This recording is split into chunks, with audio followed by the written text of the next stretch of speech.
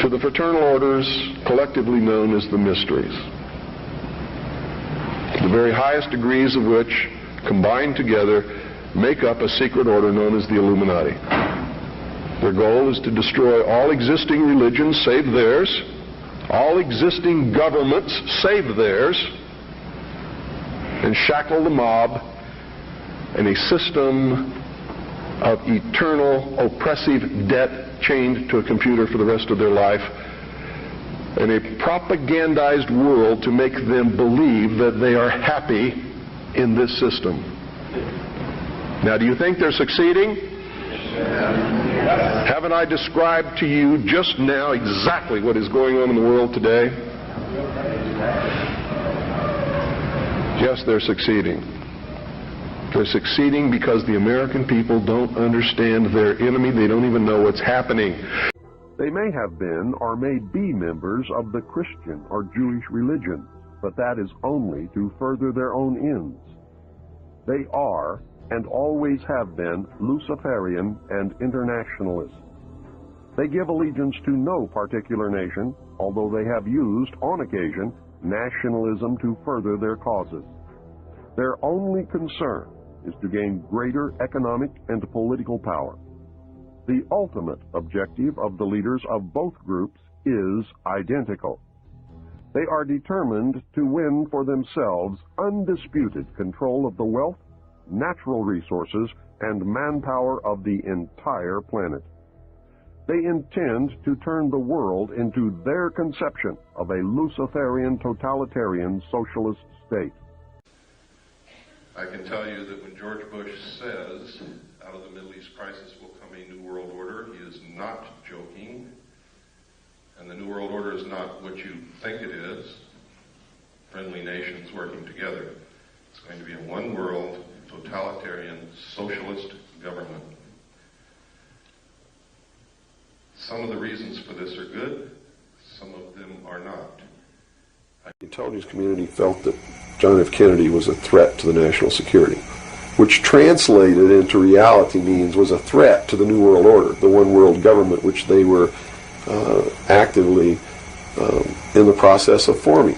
Was there anything on record that indicated that he was out to, things that he did would threaten that New World Order? Oh, absolutely. He had written an executive order. I don't remember the exact number now, but it's available to anybody that wants to go look it up. He had written an executive order ordering the printing of United States notes, which would have broken the back of the Federal Reserve, which is one of the major instruments of propelling the United States into the New World Order by destroying our economy, the basis upon which we live, the basis upon which our whole society is founded, is being ripped right out from under us. They destroyed the political will of the nation when they assassinated John F. Kennedy, which has furthered their goals because it made a lot of people feel so helpless that, God, if they can kill the president, who am I? You know, what can I do? I'm just one lonely, helpless person. So they quit voting. They abdicated their power. And, of course, through agents like Robert Groden and many others, Oliver Stone, they're being convinced that our government sucks, that our government is the problem, that the Constitution doesn't work, that the Bill of Rights aren't real. We're playing right into their hands, in other words. We're playing right into their hands because there's nothing wrong with the Constitution or the Bill of Rights or our government. It's the people. You see, it's been infiltrated, and from within, they are eating at the heart of this nation like a cancer, this secret society. They are destroying it. They are subverting it. Another thing I've done for people is I've put it together for them so that they can see the overall picture rather than looking at small things and thinking that it's isolated. Nothing is isolated. It's all part of a big puzzle. And the puzzle is coming together, and when the puzzle is assembled, it's going to be a one-world totalitarian socialist government that nobody's going to like except the people that are running it. It's Hitler all over again. And the rationalization is we're going to create the world without war. The utopia. The utopia. But they will never create that utopia because they're not dealing with the problem that makes them want to create it. And that is the inherent flaw in each individual human being that makes us do the things that we do. Until that's overcome, there's never going to be a world without war or without rape or without killing or without robbery. And anybody that thinks that there is has already gone off the deep end. So the method is, here, I'm going to hold a gun to your head so you won't rape, you won't kill. That's right. Yes, okay, I understand. To which he was chained to the Garden of Eden, and thus brought the gift of intellect, wisdom, to man. And thus is the true benevolent God. And man, with his intellect and his wisdom and his knowledge, will create technology which will elevate man to the position of God. And all this is allegorical. Don't take the story literally, you see, because it's all allegorical. They believe that intellect, reason, is the light, is the true God, is what makes man God. And I'm not going to debate the right or wrongness of that, because who the hell knows. But I can tell you that they pervert whatever it is that might be divine about their philosophy by becoming what they profess to destroy. Because in the end, it's not going to matter whether Jesus ever lived or didn't live. The story is real, and it's within all of us. And it brings us to something within ourselves that is good. But these men don't look at that. They believe that the end justifies the means, that these stories are just stories, and that the real meaning behind it all is that man can transcend his animal state through the realization of intellect and the overcoming of all of his emotions and feelings and morals, guilt, all of these things. And I just can't go along with that, because I believe it's our emotions that tell us when we're doing wrong. We feel it within ourselves. If you want to know what's going to happen in the future, if we don't wake up and through the power of those, see, not one drop of blood ever has to be spilled, and no one has to ever put any chains on their legs or their arms, ever. If people just wake up and exercise what was given to us in our Constitution, the power of the vote, while we still have that power. So you say there is still a possibility for like one individual watching this tape to actually make a difference? You better believe it. How Yes. would that be so? Well, number one, learn what the truth really is. Get away from the fantasy that you've been living. Educate other people, those you know, your family. Once that begins to happen, it spreads. And then if the people decide that they don't want what they have in store for us planned, just through the power of the vote, they can make this country and the world whatever they want it to be. Whatever they want it to be. And there are no limits on that. They don't really consider you to be a threat unless you develop a large political following. Oh, okay. So, unless you have a large political following, you're not considered to be a threat to them. Because they figure that the people are too stupid to listen to you anyway. And generally, they're right. So we're in the process of educating people then. Yeah. It's the best thing. Education is 60 or 70% of the battle. Yeah. Because people automatically begin to do the right things once they learn what the truth is. They're educated to it. And plot the fate of billions. And nobody even cares about it. But 6 football players go to lunch together, and it's in the headlines across the country. You have a reflection of the society in which that exists. And it is a sick, sick society that is doomed to self-destruction. So based on that scenario, there's some truth into what these men are looking at. Absolutely. And that's what makes me so sick, is that I'm trying to wake up a people who on a daily basis are proving the ones that I'm warning them about to be right. Mm-hmm.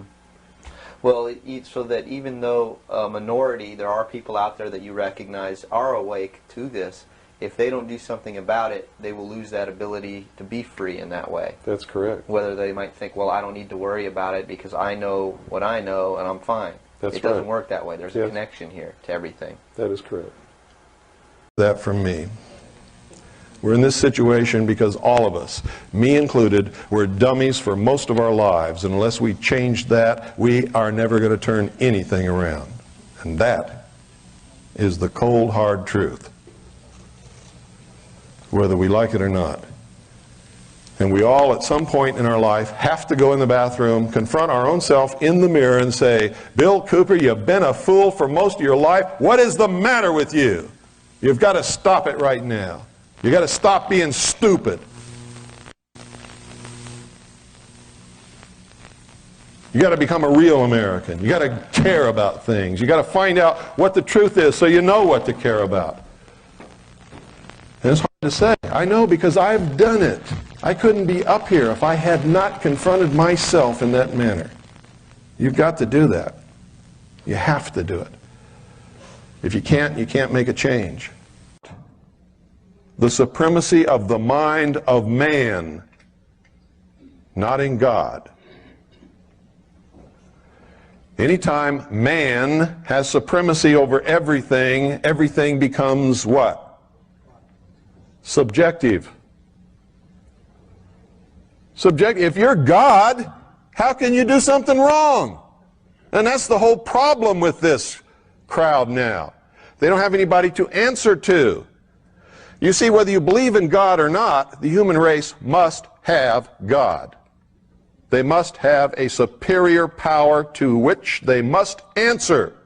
If they do not, then everything becomes subjective, and if I want to slice your head in half, by God, there's nothing wrong with me doing it because I'm God. You understand that? That's really what's wrong. The most dangerous radio host in America because I simply tell you the truth. I will not wax eloquent. I will not polish your knob. I will not lie to you. I will not tell you that you are the most brilliant, smartest, best educated people in the world, because at this very moment it is a lie. You are for the most part apathetic, ignorant, and stupid, or we would not be in the situation that we are in now. And all you have to do to change that is go into your bathroom, look in the mirror, and you will see everything that ails America today. Look yourself right in the eye and say, I've been stupid, apathetic, and ignorant, but I will never be stupid, apathetic, and ignorant again for the rest of my life. I am going to change that right now. Eventually? Right. One of the greatest misconceptions that anyone can have is that man is God. Man is not God. We're a fragment of that. We are a fragment of God, but man has to understand that no part can be as great or greater than the whole. So man cannot set himself up as God. People who think that man is God and worship knowledge and technology and believe that by the use of knowledge and technology man can become God or can be God are actually practicing Satanism. And I'll tell you why. The worship of knowledge is Satanism. The concept that man can be God or is God is Satanism. Not because I'm a Bible thumper or anything like that, but because if you believe the story in the Bible that Satan enticed Eve to pick the apple from the tree of knowledge and make Adam eat it, which is the original sin, the myth, yeah.